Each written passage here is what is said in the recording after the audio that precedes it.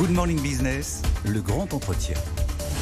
Il est 8h21 et je suis avec Julien Rosanvallon, le directeur général adjoint de Médiamétrie. Bonjour. Bonjour. Le PAF tremble avec vous parce que vous allez changer le thermomètre. Alors, petit à petit, progressivement, vous mesurez évidemment les audiences télé depuis très longtemps avec des systèmes de boîtiers qu'on installe chez les particuliers pour mesurer ce qu'ils regardent à la télé.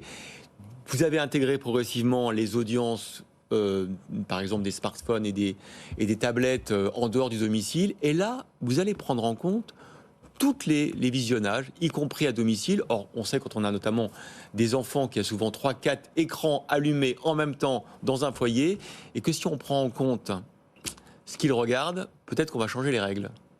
Effectivement, il y avait une évolution nécessaire, et c'est la fin d'un cycle pour la mesure, ce qui nous permet aujourd'hui de mesurer en fait toute la consommation de la télé, quel que soit l'écran, quel que soit le lieu et quelles que soient les modalités de consommation, en direct, en différé, en replay, et même parfois aujourd'hui ce qu'on appelle en preview, c'est-à-dire qu'on peut regarder des programmes avant qu'ils aient été diffusés à l'antenne, notamment pour des fictions ou certains types de programmes par exemple.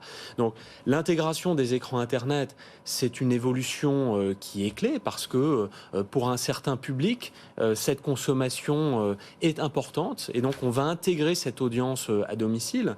La deuxième évolution clé, c'est une évolution du référentiel de mesure. Quand vous intégrez les écrans Internet, il faut intégrer aussi une population qui n'avait pas de téléviseur. Or, jusqu'à présent, on mesurait les gens qui avaient un téléviseur chez eux.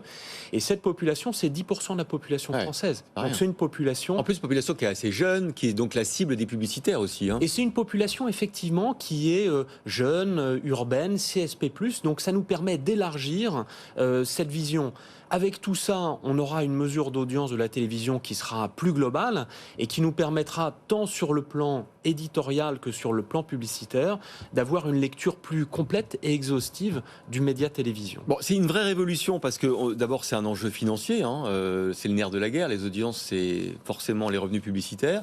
Là vous allez tout intégrer, même dans quelques mois, en fin d'année 2024-2025, l'audience aussi des plateformes de streaming, les Netflix, YouTube, TF1+, BFM, RMC, et donc du coup les marques vont devoir déployer plus des stratégies en fait de marque 360 que des stratégies de médias sur un positionnement, sur un média, sur la télé, c'est un peu différent même pour les diffuseurs. Alors, c'est vrai que c'est un changement. La première chose que l'on peut dire, c'est que l'évolution de la mesure dont on parlait à l'instant, elle fait rentrer la télévision dans l'ère des plateformes que vous citiez à l'instant. Alors que ça nous donne la possibilité d'élargir la prise en compte des audiences à l'ensemble des contenus. Vous citiez la plateforme BFM, RMC Play. On peut citer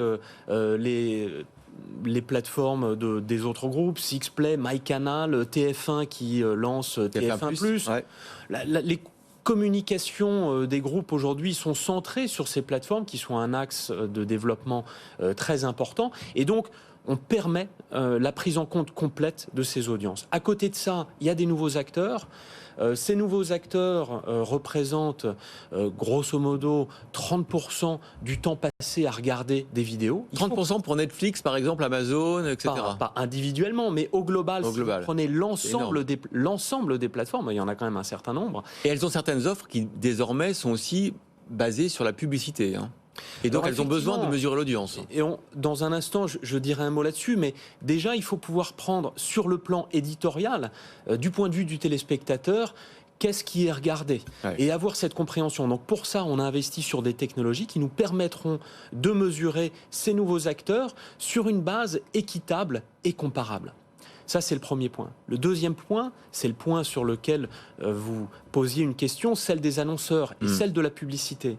Là, c'est un point qui est un petit peu différent, notamment parce que dans cet univers digital, on peut regarder le même contenu mais pas voir la même publicité. Ouais, c'est ça. Parce qu'il y a ce qu'on appelle les données, les data qui permettent de distinguer les choses. Donc, on doit aussi développer une nouvelle mesure publicitaire sur laquelle on travaille et dont on livrera les premières versions en 2024, qui nous permettent de définir une base équitable et comparable entre tous ces acteurs. Alors j'ai vu dans un de vos communiqués que ces nouvelles informations, ces nouvelles données sur notamment l'écoute au domicile, sur d'autres objets que la télévision, sur les plateformes, vous ne ferez pas trop de publicité, vous n'en parlerez pas, vous ne commenterez pas ces chiffres pour le grand public. Pourquoi ? Parce que vos clients, qui sont aussi d'ailleurs vos actionnaires, vos associés, c'est-à-dire les éditeurs, ont peur que tout soit chamboulé par ces nouvelles mesures d'audience ? Non, Médiamétrie est totalement transparent. Tous les jours, on publie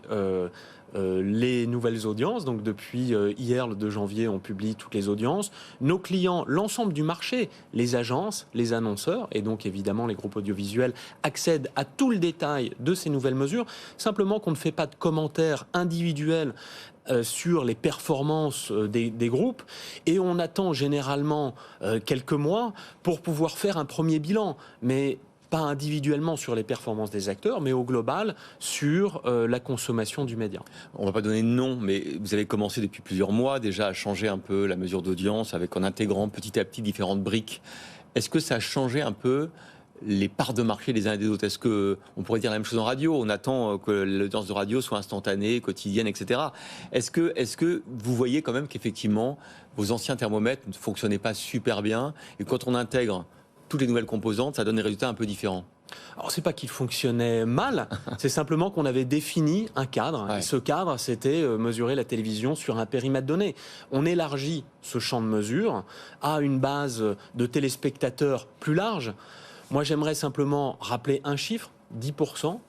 10%, c'est la part des Français qui regardent la télévision potentiellement sur des écrans digitaux. Et c'est cette population que l'on va... Ces 10%, c'est ceux qui n'ont pas de télé. Mais dans ceux qui ont la télé, ils regardent aussi sur les tablettes. Parce que je ne vous donne qu'un chiffre. Mais oui. Je pourrais donner évidemment plein d'autres chiffres. Et il y a évidemment tous ces gens qui regardent la télévision sur des téléviseurs et sur des écrans Internet. Bon. Merci beaucoup Julien Roseau-Vallon, directeur général adjoint de Médiamétrie pour BFM Business. De toute façon, c'est une bonne nouvelle car on nous regarde en linéaire, en replay, sur nos podcasts, sur nos thématiques verticales, Iconic Business, BFM Crypto, BFM IA bientôt. Donc tout ça, c'est bon pour nous. Merci pour ces nouvelles mesures d'audience.